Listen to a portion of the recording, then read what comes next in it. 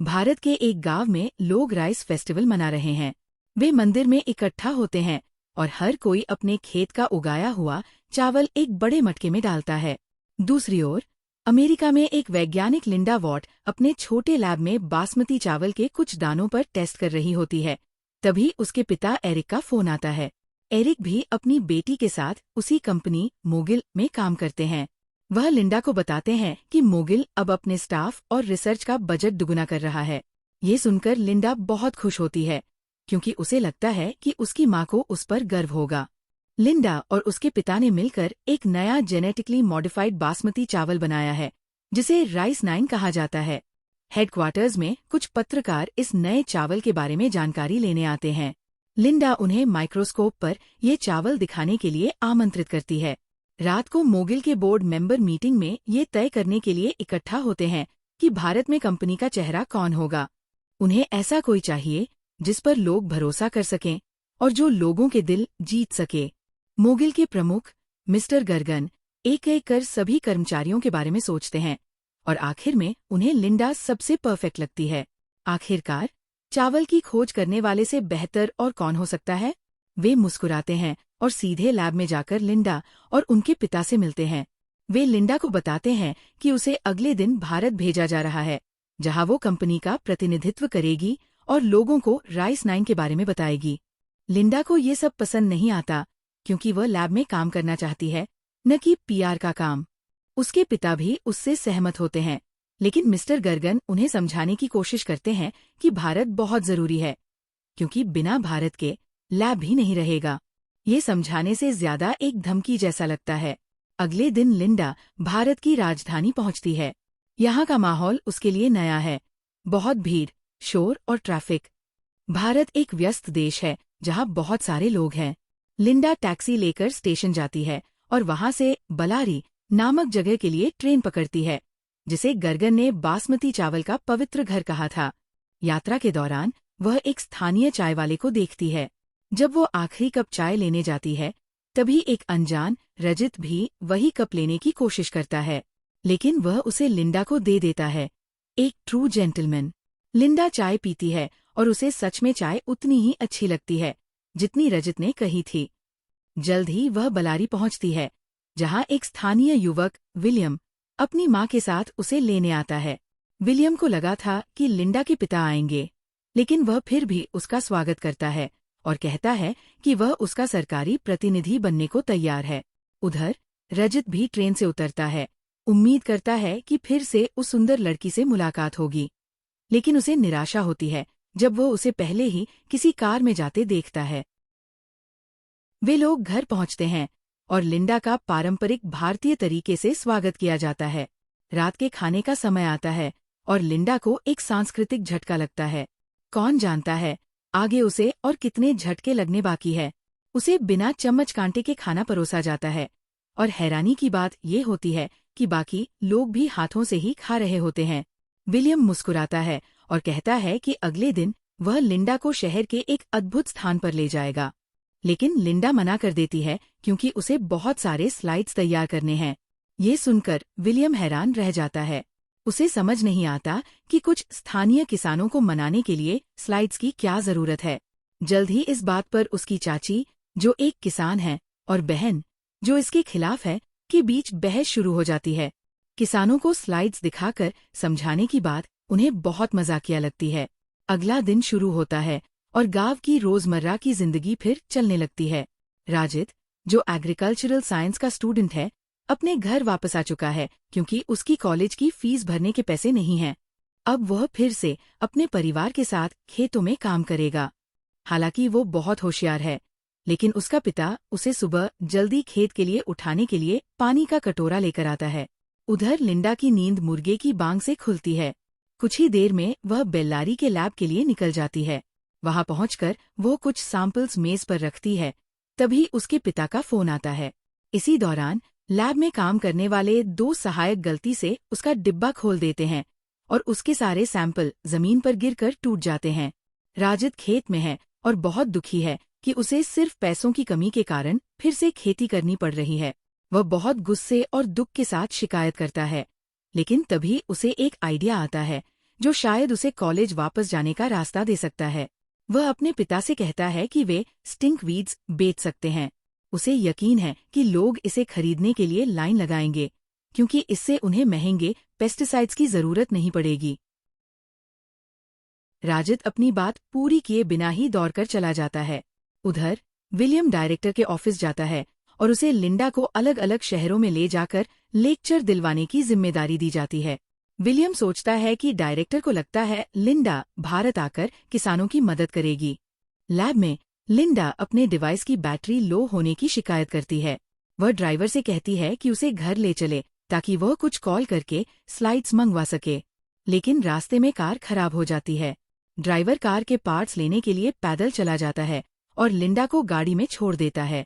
लिंडा छतरी निकालती है और कार में बैठने के बजाय पैदल ही चल पड़ती है। थोड़ी ही दूर चलने पर उसकी मुलाकात राजित से होती है। राजित कहता है कि वह बंदरों को देखने जा रहा है और लिंडा को गांव की ओर ले चलता है। फिर उनकी मुलाकात उसके दोस्त बड़ी से होती है। राजित अपने दोस्त को आंख मारता है ताकि वह उसका साथ दे। फिर दोनों मिलकर लिंडा को एक अजीब सी पारंपरिक नमस्ते सिखाते हैं, जिसमें सिर पर दोनों हथेलियों से हल्का सा थप्पड़ मारना होता है। ये बहुत मजेदार होता है कि लिंडा उस पर यकीन कर लेती है। थोड़ी देर बाद वे चलते हैं और लिंडा देखती है कि विलियम एक स्थानीय व्यक्ति से बात कर रहा है। वह उसके पास जाती है और वह उसे श्री बरशलाम से मिलवाता है, जो गांव के मंदिर के बुजुर्ग हैं। बड़ी फुसफुसाकर लिंडा से कहता है कि वह नमस्ते करे, और लिंडा वहीं अजीब नमस्ते करके बरशलाम को चौंका देती है। सभी लोग हैरान रह जाते हैं। बड़ी हंसते हुए कहता है कि उन्होंने ही लिंडा को ये पारंपरिक नमस्ते सिखाई है। विलियम बात को संभालते हुए कहता है कि ये लिंडा के देश में सम्मान का सबसे बड़ा तरीका है, भले ही ये सच नहीं है। सभी लोग हंस पड़ते हैं। फिर विलियम लिंडा को बताता है कि उसे कुछ कार्यक्रमों में भाग लेना होगा। बात खत्म होने के बाद वह लिंडा को वहां से ले जाता है और जाते जाते बड़ी और राजित को चेतावनी भी दे देता है। इसके बाद वे दोनों एक डांस क्लास में पहुंचते हैं, जहां कुछ बच्चे पारंपरिक भारतीय नृत्य सीख रहे होते हैं। राजित की बहन सीता उस डांस क्लास की टीचर है। वह लिंडा का स्वागत करती है। विलियम मिनिस्ट्री के किसी काम के लिए वहां से चला जाता है। सीता लिंडा को अपने परिवार के साथ डिनर पर आने का निमंत्रण देती है। जब लिंडा सीता के घर उनके बेटे के बारे में बात सुनती है, जो एग्रीकल्चरल साइंस की पढ़ाई कर रहा है, तो वह उससे मिलने के लिए एक्साइटेड हो जाती है। उसे ये जानकर हैरानी होती है कि वो युवक और कोई नहीं बल्कि राजित है। राजित उसे याद दिलाता है कि वे पहले ट्रेन में मिल चुके हैं। रात के खाने के बाद वे सब मिलकर समय बिताते हैं और लिंडा गिटार पर कुछ गाने बजाकर सबका मनोरंजन करती है। राजित के पिता उसे गिटार रखने के लिए कहते हैं, क्योंकि कोई व्यक्ति सालों पहले वो गिटार उनके घर पर छोड़ गया था। बाद में लिंडा और राजित साथ टहलने निकलते हैं। चलते चलते उन्हें पता चलता है कि दोनों को वीड्स में दिलचस्पी है। थोड़ी देर में माहौल गंभीर हो जाता है जब वे आमने सामने खड़े होकर एक दूसरे की आंखों में गहराई से देखने लगते हैं। लगता है जैसे वे एक दूसरे को चूमने ही वाले हैं। तभी ड्राइवर अम्मन वहां पहुंचकर इस पल को तोड़ देता है। वाकई ये एक अनोखी रात थी, एक नई प्रेम कहानी की शुरुआत। देखते हैं आगे क्या होता है। लिंडा मुस्कुराते हुए उसे गुड नाइट कहती है, लेकिन उससे पहले वह राजित को अपने लैब में चावल देखने आने को इनवाइट करती है। बाकी परिवार भी उसे विदा करने बाहर आता है। अगले दिन विलियम लिंडा के लिए कुछ फूल लेकर आता है। जैसे ही लिंडा उसे देखती है, वह फौरन फूल फेंक देती है और उसके सिर और शरीर को लैब गाउन से ढक देती है ताकि लैब में कोई कंटामिनेशन न हो। विलियम उससे बात करने की कोशिश करता है, लेकिन लिंडा अपने किसानों के साथ मीटिंग की तैयारी में इतनी व्यस्त होती है कि उसे बिल्कुल ध्यान नहीं देती। विलियम को महसूस होता है कि लिंडा उसे सुन ही नहीं रही, इसलिए वह चुपचाप वहां से चला जाता है। विलियम जब लैब से बाहर निकल रहा होता है, तभी उसकी मुलाकात राजित से होती है, जो अपने हाथों में केले लिए हुए आता है। राजित लैब में आता है और लिंडा उसे कहती है कि केले बाहर रख दे और खुद को ढक ले, लेकिन वह उसकी बात नहीं मानता। वह समझाने की कोशिश करता है कि आखिरकार ये चावल तो बाहर खेतों में ही जाएंगे, जहां उन्हें प्रकृति की देखभाल में रहना होगा। लिंडा उसकी बातों से परेशान हो जाती है। उसी समय राजित के पिता उसे आवाज देते हैं कि वो वापस खेत पर आ जाए। लिंडा कहती है कि जाते समय अपने माफी वाले केले वही छोड़ देना। राजित के जाने के बाद लिंडा राहत की सांस लेती है कि अब उसके पौधे संक्रमण से बच जाएंगे। थोड़ी देर में किसान लैब में इकट्ठा होते हैं। लिंडा ध्यान रखती है कि सभी सिर से पांव तक अच्छी तरह ढके हों। प्रेजेंटेशन शुरू होती है, लेकिन उसकी स्लाइड्स समय पर नहीं पहुंच पाती, इसलिए वो ज्यादा कुछ नहीं कर पाती। शुरुआत अच्छी नहीं होती।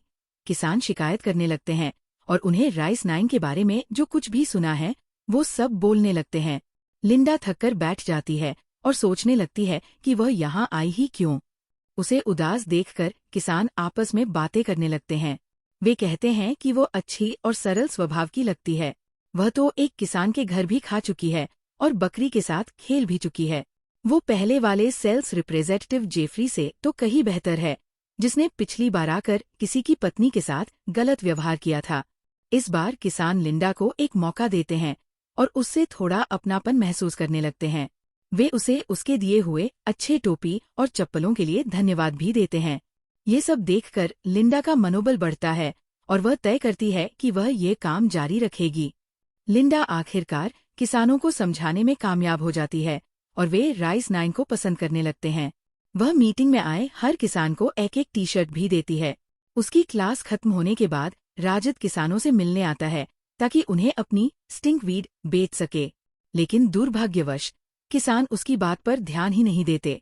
उल्टा वे उसे राइस 9 का एंथेम सुनने के लिए एक रिकॉर्ड दे देते हैं। राजद को बहुत गुस्सा और निराशा होती है। वह सोचता है कि किसान एक अनजान विदेशी की बातों पर भरोसा कैसे कर सकते हैं, लेकिन अपने ही साथी किसान और पढ़े लिखे इंसान की बात नहीं मानते। किसान बहुत उत्साहित हैं क्योंकि उन्हें लगता है कि अब उन्हें अपने देसी बासमती चावल के बदले नया बेहतर राइस 9 मिलेगा। वे राजद को बताते हैं कि मोगिल कंपनी ने चावल के बदले राइस 9 देने की तारीख तय कर दी है। राजद की नाराजगी और बढ़ जाती है जब किसान उसका मजाक उड़ाने लगते हैं। गुस्से में वह अपना बोर्ड उठाकर वहां से चला जाता है। जाते जाते वह किसानों को चेतावनी देता है कि मोगिल कंपनी उनके भले के लिए काम नहीं कर रही है, लेकिन किसान उसकी बात को हंसी में उड़ा देते हैं और उसका मजाक उड़ाते हैं। राजद फिर खेत पर लौट जाता है और काम करने लगता है। उसी समय लिंडा खुश होकर वहां आती है ताकि उसे अपनी सफलता की खबर दे सके। राजद पहले से ही बहुत निराश और गुस्से में होता है, इसलिए वो अपना गुस्सा लिंडा पर निकाल देता है। उनके बीच थोड़ी बहस हो जाती है। राजद गुस्से में वहां से चला जाता है। लिंडा भी उसकी प्रतिक्रिया से बहुत दुखी होती है। उसे समझ नहीं आता कि राजद इतना गुस्सा क्यों कर रहा है। वो वापस लैब में जाती है और गुस्से में राजद द्वारा दिए गए माफी वाले केले को फेंक देती है। अगले दिन राजद और उसका दोस्त बड़ी किसानों को समझाने की कोशिश करते हैं कि वे मोगिल कंपनी के साथ कोई कॉन्ट्रैक्ट साइन न करें, कम से कम तब तक नहीं जब तक वे उसकी स्टिंकवीड को एक मौका न दे दे। किसान शुरुआत में फिर से उसका मजाक उड़ाते हैं, लेकिन फिर सोचते हैं कि कोई जल्दी नहीं है, हो सकता है राजद की बातों में कुछ सच्चाई हो। आखिरकार वे एक चावल प्रतियोगिता करने पर सहमत हो जाते हैं, जो दिवाली के बाद होगी। किसान आपस में तय करते हैं कि वे बाकी किसानों को भी ये खबर फैला देंगे कि जब तक फसल नहीं आ जाती कोई मोगिल के साथ कॉन्ट्रैक्ट पर साइन न करे, और तब राजद को खुद को साबित करना होगा। इस बीच लिंडा अपनी डेमो फसल पर लगातार काम कर रही है। हर दिन वह राइस 9 के विकास को देखने के लिए खेत जाती है जहां इसे लगाया गया है। राजद और लिंडा अभी भी एक दूसरे से बात नहीं कर रहे हैं। जब भी उनकी मुलाकात होती है वे एक दूसरे से बचकर निकल जाते हैं। लिंडा दिन गिन रही है राइस 9 के एक्सचेंज वाले दिन का इंतजार करते हुए, और राजद गिन रहा है दिवाली के बाद वाले दिन का, जब उसकी मेहनत की परीक्षा होगी। ये एक कड़ी टक्कर की ओर बढ़ रहा है। देखते हैं जीत किसकी होती है। गर्गन को खबर मिलती है कि जिन 12 शहरों में उन्होंने कोशिश की वहां एक भी कॉन्ट्रैक्ट अब तक साइन नहीं हुआ है, जबकि एक्सचेंज का दिन तेजी से नजदीक आ रहा है। वो बहुत खुश नहीं दिखता। उधर विलियम फैसला करता है कि वो कॉन्ट्रैक्ट और उसकी सभी शर्तों को ध्यान से पढ़ेगा ताकि उसे सब कुछ अच्छे से समझ में आ जाए। जांच करते समय वह एक बड़ी बात पता लगाता है और तुरंत गर्गन के ऑफिस में फोन करता है। गर्गन की असिस्टेंट एवलिन उसे बताती है कि कॉल लिंडा के ऑफिस से आया है। जब गर्गन लाइन पर आता है तो उसे पता चलता है कि कॉल करने वाला विलियम है, और वह युवक को देखकर थोड़ा खुश महसूस करता है। वह विलियम से उन इम्प्लीकेशंस को सुनता है जो उसने कॉन्ट्रैक्ट में देखी है। गर्गन पूछता है कि क्या लिंडा को पता है कि अगर ये एक्सचेंज हो गया तो किसान राइस 9 के जाल में फंस जाएंगे। पहली बात, किसान हर साल नए बीज खरीदने के लिए पैसे नहीं दे पाएंगे। दूसरी बात, अगर उनके पास पैसे नहीं हुए तो उन्हें किसी और तरह से चुकाना होगा। और अंत में उनकी जमीन तक उनसे छीनी जा सकती है। गर्गन कॉल पर अपने अन्य अंतर्राष्ट्रीय पार्टनर्स को भी जोड़ता है। फिर वह विलियम को समझाता है और एक डील ऑफर करता है कि वह इन खतरनाक बातों को किसी को न बताए। वो वादा करता है कि अगर विलियम चुप रहे तो उसे न्यूयॉर्क में एक बड़ी पोस्ट दी जाएगी। विलियम मौके का फायदा उठाता है और सोचता है कि ये सब शायद सामूहिक भलाई के लिए ही है, और वो ऑफर स्वीकार कर लेता है। गर्गन एक शातिर मुस्कान के साथ कॉल खत्म करता है। अब दिवाली में कुछ ही दिन बाकी हैं और विलियम को चिंता है कि किसान अभी भी कॉन्ट्रैक्ट पर साइन नहीं कर रहे हैं। विलियम किसानों से मिलने जाता है ताकि जान सके कि आखिर समस्या क्या है, लेकिन जब वह राजिद को देखता है और कुछ बातें सुनता है तो उसे सब समझ आ जाता है। फिर वो लैब में लिंडा से मिलने जाता है, जो बहुत परेशान है क्योंकि अब तक सिर्फ 2 किसानों ने कॉन्ट्रैक्ट साइन किया है। विलियम उसे शांत करता है और भरोसा दिलाता है कि किसान दिवाली के बाद साइन कर देंगे, क्योंकि उनका मानना है कि सब कुछ सितारों पर निर्भर करता है, इसलिए वे त्योहार से पहले कुछ नहीं करते। वह उसे शाम को एक डांस प्रोग्राम में आने का निमंत्रण देता है। दुर्भाग्यवश लिंडा के पास ऐसा कोई कपड़ा नहीं होता जो इस मौके के लिए ठीक हो। वह सीता से मदद मांगती है और खुशी की बात है कि सीता उसे एक ड्रेस दे देती है। सीता यह भी वादा करती है कि वह राजिद से कहेगी कि वह लिंडा को डांस वेन्यू तक छोड़ दे। रात को सीता और राजिद और विलियम और लिंडा सभी क्लब पहुंचते हैं। लिंडा देखती है कि राजिद भीड़ में डांस नहीं कर पा रहा और बार के पास अकेला बैठा है। वो उसके पास जाती है और थोड़ी ही देर में ऐसा लगता है जैसे उनके बीच की गलतफहमियां अब खत्म हो रही हैं। लिंडा उसे बताती है कि वह कॉन्ट्रैक्ट को लेकर बहुत चिंतित है, क्योंकि किसान साइन नहीं कर रहे और उसे वजह तक नहीं पता। राजिद को थोड़ी शर्मिंदगी महसूस होती है क्योंकि वह जानता है कि इसकी वजह वही है, लेकिन फिर भी वह लिंडा को सच्चाई नहीं बताता। वह उसे डांस के लिए पूछता है और दोनों डांस करते हैं। डांस के बाद राजिद तय करता है कि अब लिंडा को सब सच बता देना चाहिए, लेकिन जैसे ही वो सच बताने वाला होता है, एक बाउंसर आकर उसे बाहर निकाल देता है, क्योंकि उसके हाथ पर एंट्री स्टैम्प नहीं होता। विलियम तब लिंडा के पास आता है, जो अब सोच रही होती है कि राजिद आखिर कहना क्या चाहता था। जैसे ही वे क्लब से बाहर निकलते हैं, विलियम चुपके से बाउंसर को टिप देता है, उसे सही समय पर राजिद को बाहर निकालने के लिए। विलियम किसी को भी अपने लक्ष्य के रास्ते में आने नहीं देना चाहता। अगला दिन प्रतियोगिता का दिन होता है। राजिद तय करता है कि वह आज लिंडा को सच बता देगा और उसे एक गाना भी सुनाएगा, जो उसके पापा ने उसकी मम्मी के लिए लिखा था। उसे उम्मीद है कि शायद लिंडा उसे माफ कर देगी। वो जल्दी उठकर वो कागज ढूंढने लगता है जिस पर उसके पापा ने गाना लिखा था। शुक्र है कि सीता उसे बता देती है कि वो कागज कहाँ रखा है। वह अपने भाई को सलाह देती है कि माफी मांगने की लंबी बात छोड़कर सीधे गाना ही गा दे। सीता मुस्कुरा देती है, क्योंकि उसे अब साफ दिख रहा है कि उसका भाई प्यार में है। सुबह सुबह किसान लिंडा और राजिद की चावल की फसल काट लेते हैं और उन्हें बोरियों में भर देते हैं, क्योंकि आज प्रतियोगिता का दिन है और उन्हें सब कुछ तैयार करना है।